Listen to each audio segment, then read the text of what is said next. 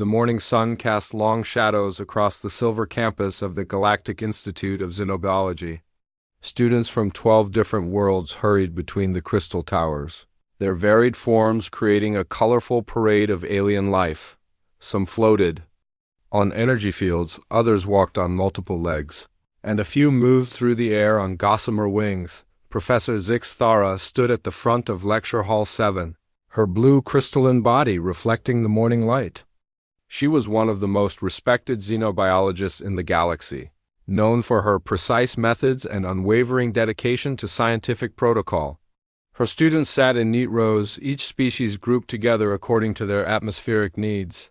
"Today marks the beginning of our most important field study," she announced, her voice carrying the musical tones of her Vorthan heritage. "We will travel to Kepler 442c, a planet that harbors one of the galaxy's most fascinating and dangerous predators." The crystalline students, tall and transparent like their professor, pulsed with excited energy. Their bodies glowed brighter when they felt strong emotions. Beside them, the Zephyrian students adjusted their breathing apparatus, their gray skin shimmering with anticipation. The Netheran pupils, squat and armored, clicked their claws against their desks in rhythm. The Andromedan students remained perfectly still, their large black eyes focused intently on their professor. "The Thornback Shadowmaw," Professor Zixthara continued, "represents the apex of predatory evolution on its world. Standing 4 meters tall, weighing over 3 tons, it possesses armor plating that can deflect energy weapons and claws capable of slicing through reinforced metals. Most importantly for our study, it displays complex territorial behaviors that have puzzled researchers for decades." A young crystalline student named Kixnara raised her hand. "Professor, how many research teams have successfully studied these creatures?" "7 teams have attempted close observation," the professor replied. 3 were forced to retreat due to aggressive encounters. 2 required emergency evacuation. The remaining 2 managed only brief, distant observations before the creatures disappeared into their cave systems. The students exchanged glances. This was clearly going to be more challenging than studying the peaceful gas whale migrations of Centauri Prime or the singing crystal formations of Vega 7. "However," Professor Zixthara continued, "we have advantages that previous teams lacked. Each of your species brings unique capabilities to this mission. The crystallines will provide harmonic resonance analysis to understand the creatures' communication patterns. The Zephyrians will monitor and potentially influence the biochemical environment. The Netherans will create defensive barriers and containment fields if necessary. The Andromedans will attempt telepathic contact and emotional assessment." She activated a holographic display showing the planet's surface. Kepler 442c appeared as a world of deep purple forests and silver mountains, with crystal formations jutting from the landscape like frozen lightning. "The planet's unique mineral composition creates natural amplification of psychic energies," she explained. "This should enhance our species' natural abilities while also making the local wildlife more sensitive to our presence. We must be extremely careful not to provoke unnecessary aggression."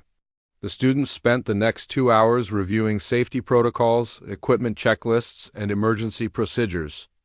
Each species had developed specialized tools over thousands of years of evolution and technological advancement. The crystallines brought resonance generators that could produce sounds beyond the hearing range of most species. The Zephyrians packed chemical synthesizers capable of creating complex pheromone compounds. The Netherans loaded their portable shield generators and holographic projectors. The Andromedans prepared their psychic amplification devices. As the class prepared to board their research vessel, the Starseeker, Professor Zixthara, received an unexpected communication on her personal device. The message came from the Galactic Institute's Emergency Response Division. "Professor," the message began, "we have received concerning reports about increasing aggression levels among the Thornback Shadowmaws. 3 mining operations on nearby worlds have reported similar creatures, abandoning their normal territories and attacking industrial facilities. We believe something may be disturbing their behavioral patterns across multiple star systems. The professor frowned as she read further. Additionally, we have been contacted by representatives from the human colony worlds. They claim to have experience with similar predatory species and have offered assistance. While we appreciate their enthusiasm, we do not believe their primitive techniques will be necessary for this mission. However, the Institute's board has decided that we should accept their offer as a gesture of interspecies cooperation. Professor Zixthara sighed, her crystalline body dimming slightly with annoyance. Humans were relatively new to galactic civilization. Having only achieved faster-than-light travel 50 years ago, their technology was crude by galactic standards, and their scientific methods often seemed chaotic and unrefined.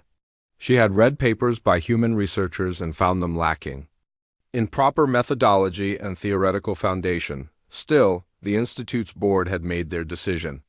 She would have to work with whatever human representatives they sent. On the other side of the galaxy, Dr. Lisa Carter stood in her laboratory on the research station orbiting Proxima Centauri. She was a tall woman with brown hair tied back in, a practical ponytail, and eyes that held the patient wisdom of someone who had spent years observing dangerous animals in their natural habitats. Her workspace was cluttered with field notes, holographic displays showing various alien creatures, and unusually for a galactic research facility, several framed photographs of Earth animals. "Jake, you need to see this," she called to her colleague, Dr. Jake Morrison, who was working at a nearby console.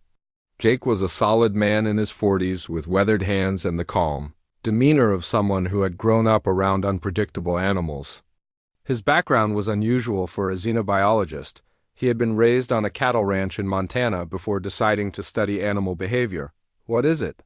Jake asked, walking over to examine the message on Lisa's screen.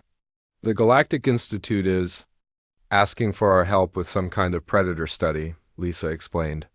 "They're being very polite about it, but I can tell they think we're not qualified for this kind of work." Jake read the message and chuckled. "Sounds like they've been trying to handle a difficult animal using all their fancy technology, and it's not working." "That's exactly what I was thinking," Lisa agreed. "Look at this description of their previous attempts. 7 teams, all using advanced equipment, and none of them got close enough for a proper study. Sometimes the old ways work better than the new ones," Jake said, scratching his chin thoughtfully. "When I was growing up on the ranch, we had bulls that would charge at anything that moved too fast or made too much noise. But if you approached them slowly and let them get used to you, they'd calm right down." Lisa nodded. "I've seen the same thing with lions and elephants in Africa. The more equipment and noise you bring, the more agitated they get. But if you respect their space and read their body language, you can usually find a way to coexist." They spent the next hour reviewing the available data about the thornback shadow moths. The creatures were indeed impressive, massive, armored, and highly territorial. But to Lisa and Jake, they looked remarkably similar to large predators they had encountered on Earth and other worlds. "I think we should accept their invitation," Lisa said finally. "Even if they don't think we can help, maybe we can learn something new." Jake agreed, and within hours they were preparing their own research vessel for the journey to Kepler 442c, their ship. The simple truth was indeed simple compared to the advanced vessels used by other species. But it was reliable, and, more importantly, it was quiet. They had learned long ago that the best way to observe animals was to make as little disturbance as possible. As they prepared to depart, neither Lisa nor Jake realized that they were about to demonstrate one of humanity's greatest strengths: the ability to solve complex problems with simple solutions. The Starseeker descended through the purple atmosphere of Kepler 442c, its advanced engines barely making a whisper as it approached the surface. Professor Zixthara watched through the observation deck as the alien landscape unfolded beneath them. Crystalline formations jutted from the ground like frozen lightning, and strange purple trees swayed in the wind despite having no visible leaves. "Atmospheric composition is within acceptable parameters for all species aboard," reported Kexthan, one of the Zephyrian students. His breathing apparatus hummed softly as it adjusted to the planet's air mixture. "Oxygen levels are 17. nitrogen 78%, with traces of xenon and argon. Excellent, Professor Zixthara replied. Begin scanning for Thornback Shadow Maw territorial markers. According to our research, they prefer cave systems near crystal formations. The Netheran students worked at their scanning stations, their armored fingers dancing across holographic controls. Their species had evolved underground on their homeworld, making them experts at detecting cave systems and underground structures. Professor, we have located a suitable cave system approximately 2 kilometers from our current position, announced Tekmora, the lead Netheran student. The caves extend deep into the crystal formation, with multiple chambers and passages. Perfect habitat for a large predator. Very good. Set us down at a safe distance and begin equipment preparation. The professor ordered. The ship landed softly in a clearing 500 meters from the cave entrance. The students immediately began unloading their sophisticated equipment. The crystallines assembled their harmonic resonance generators, devices that could analyze and produce sound waves across dozens of frequency ranges. The Zephyrians set up their chemical analysis stations and pheromone synthesizers. The Netherans activated their portable shield generators and holographic projectors. The Andromedans prepared their psychic amplification arrays. Remember, Professor, Zixthara addressed her students, we maintain minimum safe distance at all times. Our primary objective is observation and behavioral analysis. We are not here to capture or harm the creature, merely to study its natural patterns. The students spread out in a semicircle around the cave entrance, each species taking positions that would allow them to use their equipment most effectively. Advanced sensors and cameras were positioned to record every detail of their encounter. For the first hour, nothing happened. The cave remained silent and dark, with only the occasional sound of wind whistling through the crystalline formations. The students maintained their positions, monitoring their equipment and waiting patiently. Then, deep within the cave system, something stirred. The Andromedans sensed it first. Their large black eyes dilated, and they began making soft clicking sounds among themselves. Professor, called out Zarthal, the senior Andromedan student, we are detecting psychic emanations from within the cave system. Something large is becoming aware of our presence. The Netheran sensors confirm the movement. Heavy footsteps, approximately 4 meters below ground level, reported Tekmora. The creature is moving through the cave system toward the main entrance. Professor Zixthara felt her crystalline body pulse with excitement. This was exactly what they had hoped for. All students, prepare your equipment. Begin recording all data.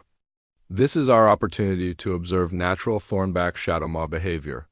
The ground began to vibrate slightly with each heavy footstep.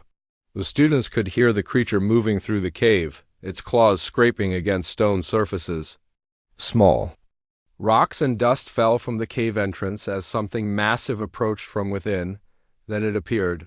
The Thornback Shadow Maw emerged from the cave like a living mountain. It stood 4 meters tall at the shoulder, its body covered in overlapping armor plates that gleamed like polished metal. Each plate was edged with sharp spikes that ran along its spine and down its powerful legs. Its head was massive, with jaws that could easily crush a small vehicle. Most impressive of all were its eyes, intelligent, alert, and currently focused directly on the group of alien students. The creature's armor plates began to glow with bioluminescent patterns, shifting from deep blue to bright orange. This was a threat display, warning potential rivals or predators to keep their distance. Magnificent, whispered Professor Zixthara. Begin all scanning procedures immediately. The students activated their equipment simultaneously. The crystallines started their harmonic resonance generators, filling the air with complex sound patterns, designed to analyze the creature's vocalizations and potentially communicate with it. The Zephyrians released carefully calculated pheromone clouds, hoping to calm the creature's aggressive instincts. The Netherans activated their holographic projectors, creating illusions designed to confuse and pacify the beast. The Andromedans focused their psychic abilities, attempting to establish mental contact. The Thornback Shadow Maw's reaction was immediate and violent. The creature's bioluminescent displays flared to brilliant red as it detected the various forms of technological interference. It released a deafening roar that shook the ground and sent crystal fragments raining down from nearby formations. The sound was so powerful that several students had to cover their ears, even through their protective equipment. Increase harmonic frequency to match its vocalizations, Professor Zixthara ordered, her voice barely audible over the creature's roaring. The crystallines adjusted their equipment, but the increased sound only seemed to agitate the creature further. It began advancing toward their position, its massive claws leaving deep gouges in the rocky ground. Release calming pheromones, maximum concentration. The professor commanded. The Zephyrians activated their chemical synthesizers, filling the air with compounds that had successfully calmed aggressive creatures on dozens of other worlds. But the thornback shadowmaw only became more agitated, shaking its massive head and snorting loudly. Activate defensive holograms. The professor ordered as the creature continued its approach. The Netherans created multiple holographic copies of themselves, hoping to confuse the creature about their actual location. The thornback shadowmaw paused for a moment, its head turning to track the false images.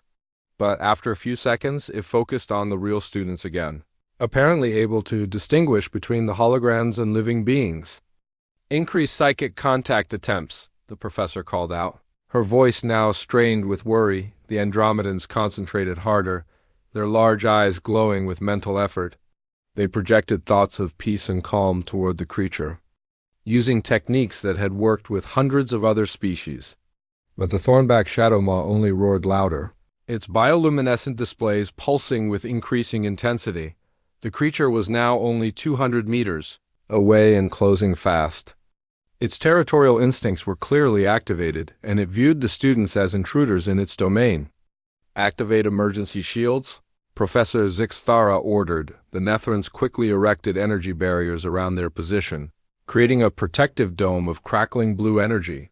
The thornback shadowmaw reached the barrier and began testing it with its claws, sending sparks flying with each strike. For 3 hours, the students worked in shifts to maintain their various techniques. They tried every combination of sounds, chemicals, illusions, and psychic contact they could think of.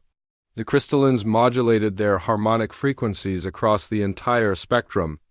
The Zephyrians released dozens of different pheromone combinations. The Netherans created increasingly complex holographic displays. The Andromedans pushed their psychic abilities to the limit, but nothing worked. The thornback shadowmaw remained agitated, pacing around their energy barrier and occasionally testing its strength. Sometimes it would retreat a short distance, giving the students hope that their techniques were working, but then it would return just as aggressive as before. "Professor," called out Kixnara, the young crystalline student, "our equipment is beginning to overheat. We cannot maintain these energy levels much longer." "The pheromone synthesizers are running low on raw materials," added Kexthan, the Zephyrian student. "Shield generators are down to 60% power," reported Tekmora. "Psychic amplifiers are causing mental fatigue among our students," warned Zarthal. Professor Zixthara looked around at her exhausted students. They had tried everything in their scientific arsenal, applied every technique known to galactic xenobiology, and yet the creature remained as hostile as when they first encountered it. "Perhaps," she said reluctantly, "we should consider retreating and attempting a different approach." It was at that moment that a new ship appeared in the sky above them. It was smaller than the Starseeker, with a design that looked primitive compared to the sleek curves of galactic technology. The ship was boxy and functional, painted in simple colors without any decorative elements. "Unknown vessel, this is Professor Zixthara of the Galactic Institute," she broadcast. "This area is currently under scientific study. Please maintain safe distance." "This is Dr. Lisa Carter of the human research vessel Simple Truth," came the reply. "We received your invitation to assist with your predator study. We're here to help."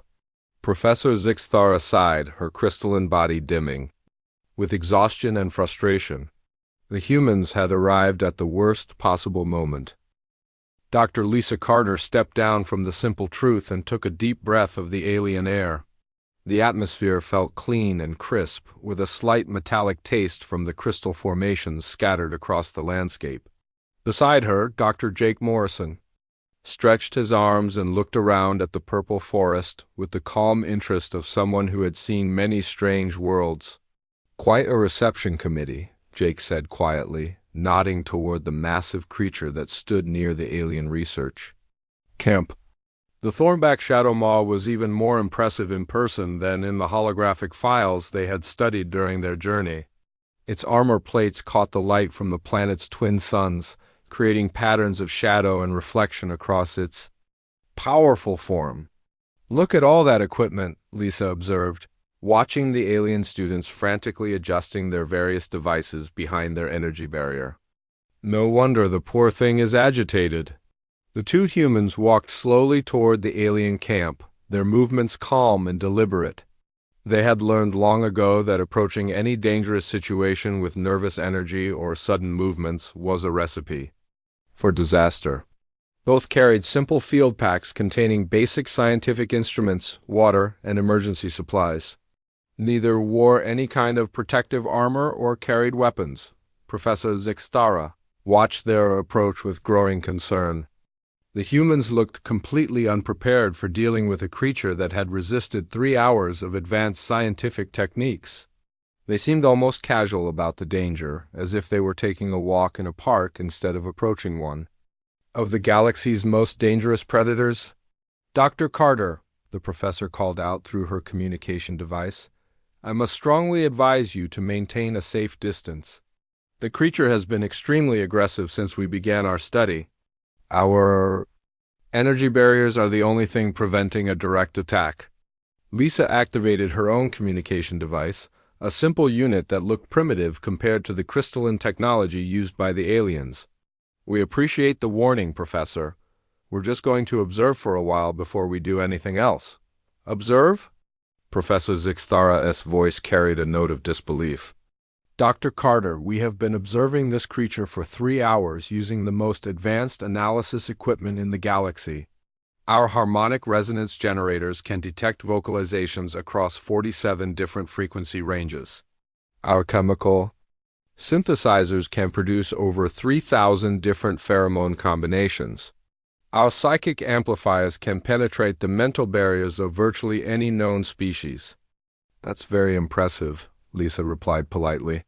"But sometimes the old-fashioned way works better." Jake had moved to a position about 50 meters from the alien camp, close enough to get a good view of the creature but far enough to avoid interfering with their equipment.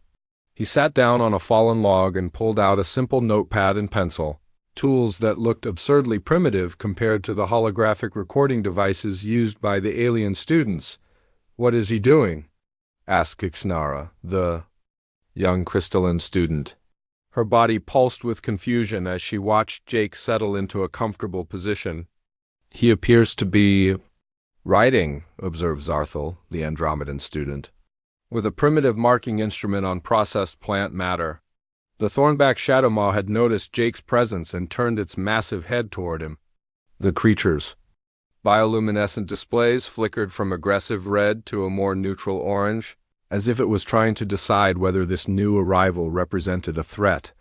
Jake looked up from his notepad and made eye contact with the creature. He held the gaze for a moment, then looked away in a gesture that any Earth animal would recognize as non-threatening. The Shadow Maw's displays dimmed slightly, shifting toward yellow. "Interesting," Jake said quietly into his communication device. "Lisa, are you seeing this? The color change?" "Yes, it's trying to assess threat levels." Lisa had taken a position on the opposite side of the clearing, giving her a different angle of observation. "Look at its posture." The aggressive stance is fading. Professor Zixtara watched in amazement as the creature's behavior began to change.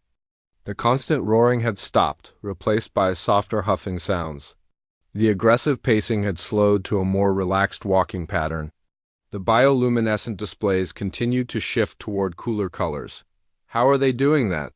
whispered Kexton, the Zephyrian student. "They have no equipment, no pheromone generators, no psychic amplifiers. They are simply Present, observed Techmora, the Nethran student. They are not attempting to influence or manipulate the creature. Jake continued making notes, occasionally glancing up at the Shadow Maw and then returning to his writing. His movements were slow and predictable, never sudden or threatening. The creature began to relax further, its tail settling to the ground instead of lashing back and forth. "It's been overstimulated," Lisa said, speaking to Professor Zixtara. "All of your techniques are scientifically sound, but you've been applying them all at once. The creature's nervous system is in constant alert mode because it's being bombarded with sounds, smells, lights, and mental contact attempts. But our protocols specifically call for multi-spectrum analysis," the professor replied. "We need to gather data across all sensory and psychic ranges to ensure comprehensive understanding." "You're thinking like scientists," Jake said, not looking up from his notepad. "But the creature isn't a scientific problem. It's a living being with feelings and instincts. Right now, it feels like it's under attack from multiple directions." The Thornback Shadow Maw had been watching Jake write for nearly 20 minutes. Its bioluminescent displays had shifted to a soft blue-green, indicating curiosity rather than aggression. The creature took a tentative step toward Jake, then stopped and waited to see his reaction. Jake looked up, made brief eye contact with the creature, then returned to his writing. The Shadow Maw took another step closer. This pattern continued for several minutes, with the creature slowly approaching while Jake remained calm and non-threatening. "He's letting it set the pace," Lisa explained to the alien students. "The creature is naturally curious, but it's also territorial. By not forcing interaction, he's allowing it to investigate on its own terms." The alien students watched in fascination as their 3 hours of advanced techniques were surpassed by simple patience. The Shadow Maw was now only 10 meters from Jake, close enough that its breathing was clearly audible. The creature's posture had completely changed from aggressive to cautious but interested. "Dr. Morrison," Professor Zixtara said, "what exactly are you writing?" Jake looked up and smiled. "Behavioral observations. Timestamps, posture changes, color patterns, vocalizations. Basic field notes. But you could record all of that with holographic equipment," pointed out Kixnara. "Sure, but equipment makes noise, uses energy, projects lights. This creature has enhanced senses. It can probably detect electromagnetic fields, infrared signatures, ultrasonic frequencies. All of your recording devices are like having a rock band playing while you're trying to have a conversation." The Shadow Maw had been listening to the conversation, its head turning toward each speaker. When Jake finished talking, the creature made a soft, rumbling sound, almost like a question. "It's trying to communicate," Lisa said. "Not telepathically or through pheromones, just basic vocalization. It wants to understand what's happening." Jake set down his notepad and slowly stood up. The Shadow Maw tensed slightly but didn't retreat. Jake took a small step to the side, away from the creature, and began walking in a slow circle around it. The creature turned to follow his movement, but its posture remained relaxed. "Classic dominance assessment," Jake explained. "It's trying to figure out if I'm a threat, a potential mate, or just another creature sharing its territory. By moving away instead of toward it, I'm signaling that I'm not challenging its authority." The Shadow Maw made another rumbling sound, this one longer and more complex. Its bioluminescent displays had shifted to a warm purple, a color the alien students had never seen before. "That's a social vocalization," Lisa said, excitement creeping into her voice. "It's not aggressive, territorial, or fearful, it's curious. Maybe even friendly." Professor Zixtara deactivated her equipment and stepped forward, her crystalline body pulsing with wonder. "In 40 years of xenobiology, I have never seen such a rapid behavioral transformation." "How did you know to approach it this way?" "Experience," Jake replied simply. "I've worked with bulls, horses, guard dogs, wild cats, and dozens of other territorial species. They all have the same basic needs: respect, space, and predictable behavior from anything they encounter. Your equipment was telling the creature that you were unpredictable and potentially dangerous." "But we were following established protocols," the professor protested. Multispectrum analysis is the standard approach for first contact with unknown species. Standard for scientists, Lisa said gently, but not necessarily standard for the animals you're trying to study. Think about it from the creature's perspective. It's in its own territory, minding its own business. When suddenly 12 aliens appear with machinery that produces sounds it can't understand, smells it's never encountered, lights that hurt its eyes, and mental intrusions that feel like attacks. The Shadow Maw had completed its assessment of Jake and was now turning its attention to Lisa. The alien students spent the next hour learning to turn off their equipment. It was harder than they expected. For generations, their species had relied on technology to understand the universe around them. The idea of observing something without sensors, scanners, or analytical devices felt almost primitive to them. But how do we gather accurate data without our instruments? Asked Ixnara, the young crystalline student. Her body flickered with uncertainty as she watched her harmonic resonance generator power down. You use these, Jake said, pointing to his eyes, then his ears, then his nose. Your natural senses are actually pretty amazing if you learn to trust them. The Thornback Shadow Maw had settled into a comfortable position near the center of the clearing, close enough to observe both groups but not threatening either one. Its bioluminescent displays had stabilized at a soft blue-green, and its breathing had become slow and regular. The creature was clearly more relaxed than it had been in hours. Watch its body language, Lisa instructed the students. See how its shoulders have dropped? That means it's not preparing to fight or run. And look at its eyes. They're half closed. That's a sign of contentment in most species. The Netherans found this particularly interesting. On our world, we observe similar behaviors in our domesticated tunnel beasts, said Tekmora. When they are comfortable, they also lower their defensive postures. Exactly, Jake nodded. Universal behaviors exist across most intelligent species. Fear, aggression, curiosity, contentment, they all have similar physical expressions. The Shadow Maw turned its massive head toward Jake and made another soft rumbling sound. Jake responded with his own low hum, and the creature's eyes brightened with what looked like pleasure. It was becoming clear that some form of basic communication was being established. I think it wants more interaction, Lisa observed. Look at how it keeps looking between you and the students. It's curious about the group dynamic. Jake stood up slowly, making sure his movements were gradual and predictable. The Shadow Maw watched but showed no signs of alarm. He took a step toward the creature, then stopped and waited. The creature remained calm, so he took another step. This continued for several minutes, with Jake slowly closing the distance between himself and the Shadow Maw. Each step was followed by a pause, giving the creature time to assess the situation and react if it felt threatened. But the Shadow Maw never showed any signs of distress. When Jake was about 3 meters away, he stopped and sat down on the ground. The Shadow Maw studied him for a moment, then lowered its own massive body to a lying position, bringing its head closer to Jake's level. Remarkable, breathed Professor Zixthara. It's mimicking his posture. This suggests a level of social intelligence we never suspected. Most animals are more intelligent than we give them credit for, Jake replied quietly. They just think differently than we do. The Shadow Maw extended its neck toward Jake, moving slowly and carefully.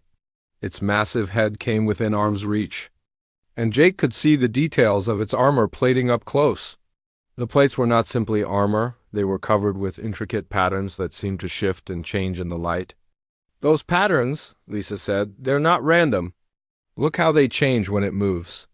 I think they might be part of its communication system. The Shadow Maw made a soft chuffing sound and moved its head slightly closer to Jake. It was clearly waiting for something, but Jake wasn't sure what. He studied the creature's posture, trying to read its body language. It looks almost like it's asking for something, observed Zarthel, the Andromedan student. The head position, the expectant pause, we see similar behaviors in our domestic companion animals when they desire attention. Jake looked more closely at the Shadow Maw's neck area. The armor plates there were different from the rest, smaller, more flexible, and positioned in a way that would make them difficult for the creature to reach with its own claws. "I wonder," Jake said slowly, "if it's got an itch it can't scratch." He remembered his childhood on the ranch, watching cattle rub against fence posts and trees to scratch places they couldn't reach themselves. Even the most aggressive bulls would calm down if you found the right spot to scratch. Very slowly, Jake extended his hand toward the Shadow Maw's neck. The creature held perfectly still, watching him with bright, intelligent eyes. When Jake's fingers made contact with the armor plates just behind the creature's head, the Shadow Maw's eyes closed and it made a deep, rumbling sound of contentment. "Well, I'll be," Jake murmured, gently scratching behind the armor plates. "That's exactly what you wanted, wasn't it?" The transformation in the Shadow Maw was immediate and dramatic. The creature's entire body relaxed, its bioluminescent displays shifted to warm, happy colors, and it began making a continuous purring sound that rumbled through the ground. It leaned into Jake's touch, clearly enjoying the attention. The alien students watched in complete amazement. The creature that had terrorized them for hours with its aggressive displays was now behaving like a contented pet. "How did you know to do that?" asked Kexthan, the Zephyrian student. "Back home, we have animals called horses," Jake explained while continuing to scratch the Shadow Maw's neck. "Big, powerful, sometimes aggressive, but they all have spots they can't reach themselves. If you find those spots and give them a good scratch, even the meanest horse will become your friend." "But this is an alien creature from a completely different evolutionary path," protested Professor Zixthara. "The likelihood of similar behaviors developing independently should be astronomically small." "Maybe," Lisa said, "but some needs are universal. Every creature with a body has places it can't reach. Every social species enjoys gentle touch. Every intelligent being appreciates kindness." The Shadow Maw shifted its position, giving Jake better access to different areas of its neck. Jake discovered that certain spots caused different reactions. Some made the creature purr louder, others caused its displays to shift to new colors. It was like finding the settings on a biological instrument. "This is incredible," whispered Kixnara.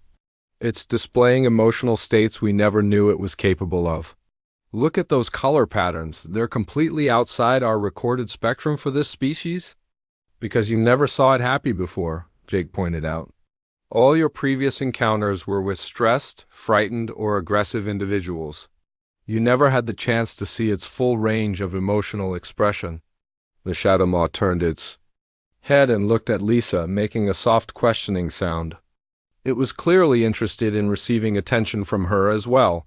Lisa approached slowly, following Jake's example of gradual, predictable movements. When she was close enough, she reached out and found another spot on the creature's neck that it couldn't reach itself. The Shadow Maw's purring intensified, and its bioluminescent displays began creating complex, beautiful patterns across its armor. "I think," Lisa said, "this species might be naturally social. Maybe they're not solitary predators at all. Maybe they live in groups and spend time grooming each other." "But our research indicated highly territorial behavior," Professor Zixthara sighed. "Territorial doesn't mean antisocial," Jake replied. "Wolves are territorial, but they're also pack animals. Maybe these creatures defend territory as a group, not as individuals." The Shadow Maw made a new sound different from its previous vocalizations. It was a complex call that echoed off the crystal formations and seemed to carry for a great distance. "What was that?" asked Tekmora, the Nethran student. They got their answer a few minutes later when two more thornback Shadow Maws emerged from different cave systems around the clearing. These newcomers were slightly smaller than the first, but no less impressive. They approached cautiously, their bioluminescent displays showing curious but wary patterns. "Oh my," breathed Professor Zixthara. "It was calling others." The first Shadow Maw, now clearly the dominant member of the group, made a series of soft rumbling sounds toward the newcomers. Its displays showed calm, happy colors, and it gestured with its head toward Jake and Lisa. "It's introducing us," Lisa realized. "It's telling them we're safe." The two new Shadow Maws approached slowly, copying the cautious but interested behavior of the first. Soon, all three creatures were gathered around Jake and Lisa, competing gently for attention and enjoying being scratched in places they couldn't reach themselves. The alien students watched in wonder as their understanding of the Thornback Shadowmaw completely changed. These weren't solitary, aggressive predators. They were intelligent, social creatures capable of friendship, communication, and complex emotional states. 3 hours of advanced technology, Professor Zixthara said quietly, and we learned nothing. 30 minutes of simple observation, and we discover they're social animals who enjoy being petted. Sometimes the answer is simpler than we expect, Jake said, continuing to scratch behind the original Shadowmaw's armor plates. We humans learned a long time ago that most problems with animals aren't really about the animals at all. They're about our approach to the animals. One of the smaller Shadowmaws approached Kixnara, the young crystalline student.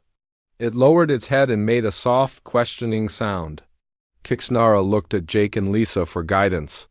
Go ahead, Lisa encouraged. Just move slowly and let it guide you to where it wants to be scratched. The next morning brought a peaceful scene that would have been impossible to imagine just 24 hours earlier. 3 Thornback Shadowmaws lay sleeping in the clearing like massive, armored cats. Their bioluminescent displays pulsed gently. With the soft colors of contentment and their deep, rumbling purrs created a constant, soothing background sound. Jake woke early, as was his habit from years of ranch work. He found himself still leaning against the side of the largest Shadowmaw, which had refused to let him move more than a few meters away during the night. The creature had appointed itself as his personal guardian, following him everywhere and making soft protest sounds whenever he tried to create distance between them. Morning, big fellow, Jake said quietly, scratching behind the creature's armor plates. The Shadowmaw opened one huge eye, looked at Jake, and closed it again with a contented sigh. Lisa emerged from the simple truth carrying 2 cups of coffee and some basic breakfast supplies. She had to step carefully around the sleeping aliens and their new companions. The scene reminded her of a campsite after a successful wildlife expedition, except that the wildlife was now part of the research team. Any insights on how we're going to explain this in our report? She asked, handing Jake his coffee. I'm not sure the Galactic Institute has forms for discovered that supposedly aggressive predators just wanted belly rubs, Jake replied with a grin. The alien students began waking up one by one, each remembering the previous day's events with wonder. Kixnara, the young crystalline student, found herself still holding hands with the smallest Shadowmaw, who had insisted on maintaining physical contact throughout the night. Professor, she called softly to her instructor, how do we categorize this behavior in our research notes? Professor Zixthara had spent most of the night thinking about that exact question. Everything she had learned about xenobiology, every protocol she had memorized, every scientific approach she had mastered seemed inadequate to explain what had happened. I think, she said slowly, we need to create entirely new categories. As the group shared breakfast, the Shadowmaws showed increasing interest in the alien students. The creatures seemed to understand that these beings were different from Jake and Lisa, but they were determined to include everyone in their social group. They gently nudged students who seemed shy, made encouraging sounds to those who hesitated to make contact, and generally behaved like patient teachers helping nervous students. They're actually trying to help us feel comfortable, observed Zarthel, the Andromedan student. This level of emotional intelligence suggests cognitive abilities far beyond what we assumed. Maybe that's the problem, Jake suggested. We keep assuming things about other species instead of letting them show us who they really are.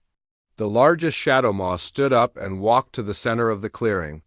It made a series of complex vocalizations, and the other 2 creatures immediately responded with their own calls. Within minutes, more Shadowmaws began emerging from cave systems throughout the area. How many do you think live in this region? Asked Lisa, watching as creature after creature appeared. Our original surveys suggested this was the territory of a single individual, Professor Zixthara replied, her voice filled with amazement.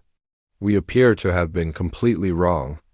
By the time the gathering was complete, 17 thornback shadow maws had assembled in the clearing. They ranged in size from massive adults to smaller juveniles who stayed close to their parents. The group formed a loose circle around the humans and alien students, their bioluminescent displays creating a spectacular light show of welcome and curiosity. It's a community meeting, Lisa realized. They're introducing us to the whole family. The original Shadow Maw, clearly the leader of the group, moved to the center of the circle and began making a long, complex series of vocalizations. The other creatures listened intently, occasionally adding their own sounds. It was obviously some form of sophisticated communication, far more complex than the simple territorial roars the research team had initially documented. "Can your equipment translate any of this?" Jake asked Professor Zixthara. "We could try our linguistic analysis programs," she replied, "but after yesterday I'm inclined to use a simpler approach first." She looked at Jake and Lisa. "What do you think they're saying?" Lisa watched the body language of the creatures, noting how the younger ones stayed close to certain adults, how the leader gestured toward the humans and students, and how the group responded with various sounds and color displays. "I think," she said, "the leader is explaining who we are and asking the group to accept us as friends." As if to confirm her interpretation, the leader finished its speech and looked directly at Professor Zixthara. It made a soft questioning sound and extended its massive head toward her. The professor approached slowly and placed her, crystal in hand, on the creature's armor plating. The Shadow Maw immediately began purring, and its bioluminescent displays shifted to warm, welcoming colors. One by one, the other creatures approached the alien students, each seeking physical contact and offering their own forms of friendship. Tekmora, the Netheran student, found himself surrounded by 3 juvenile Shadow Maws who seemed fascinated by his armored appearance. They made soft chirping sounds and gently touched his shell with their claws, clearly trying to understand his biology. "They think you're a fellow armored creature," Jake observed with amusement. "You're probably the first aliens they've met who look anything like them." The day continued with discoveries that revolutionized everything the galactic scientific community thought they knew about thornback shadow maws. The creatures demonstrated complex tool use, sophisticated communication systems, advanced problem-solving abilities, and most importantly, a genuine desire for friendship with other intelligent species. "Why didn't previous research teams discover any of this?" asked Kixton, the Zephyrian student. "Because they approached with the wrong assumptions," Lisa explained. "If you assume something is dangerous and aggressive, you bring weapons and barriers. The creatures see those as threats and respond accordingly. It becomes a self-fulfilling prophecy." Jake was teaching a group of juvenile Shadow Maws how to play simple games using rocks and sticks. The young creatures were quick learners and seemed to find the activities hilarious, making sounds that could only be described as laughter. "The key," he said, "is to approach every new species with curiosity instead of fear. Assume they're intelligent, social, and potentially friendly until they prove otherwise." Professor Zixthara spent the afternoon documenting the Shadow Maw's social structure, communication methods, and behavioral patterns. What she discovered challenged fundamental assumptions about predator evolution and intelligence development. "Dr. Carter," she said, as the second day drew to a close, "I need to ask you something. How did you know that simple physical contact would work when our most advanced techniques failed?" Lisa thought about the question carefully. "We didn't know," she admitted. "But we've learned that most intelligent species have similar basic needs. They want to feel safe, understood, and valued. Technology can't provide those things. Only genuine respect and patience can." As the sun set on their second day with the Shadow Maws, the group gathered to discuss their findings. The alien students had filled notebooks with observations about behavior, communication, social structures, and emotional expressions. But more importantly, they had learned something about the limitations of their own scientific approaches. "I think," said Professor Zixthara, "we need to completely revise our first contact protocols. Not just for thornback shadow maws, but for all species. What would you change? Asked Jake. Everything, she replied. We'll start with observation instead of analysis. We'll approach with openness instead of predetermined theories. We'll use patience instead of technology as our primary tool. The largest shadow maw approached the group and made a series of soft sounds that everyone had learned to recognize as expressions of contentment and friendship. It gently touched each person with its massive head, a gesture that clearly meant goodbye. They understand we have to leave, Lisa observed, but the farewell was not permanent. The shadow maws made it clear through gestures and vocalizations that the humans and alien students would always be welcome in their territory. They had been accepted as part of the extended family. As the research teams prepared to depart, Professor Zixthara sent a message to the Galactic Institute. Her report would recommend fundamental changes to xenobiology education and research methods. She would propose a new course of study that emphasized empathy, patience, and respect over technology and analysis. The most important scientific instrument, she wrote, is not a scanner or sensor, but an open mind and a gentle hand. Jake and Lisa returned to their ship with dozens of invitations to lecture at universities across the galaxy. Word had already spread about their success with the Thornback shadow maws, and xenobiology departments wanted to learn their methods. You realize, Lisa said as they prepared for departure, we're going to have to teach alien professors how to scratch behind ears and give belly rubs. Stranger things have happened, Jake replied, watching through the view screen as the shadow maws gathered to wave goodbye. Besides, the universe could use more scratching and fewer scanners.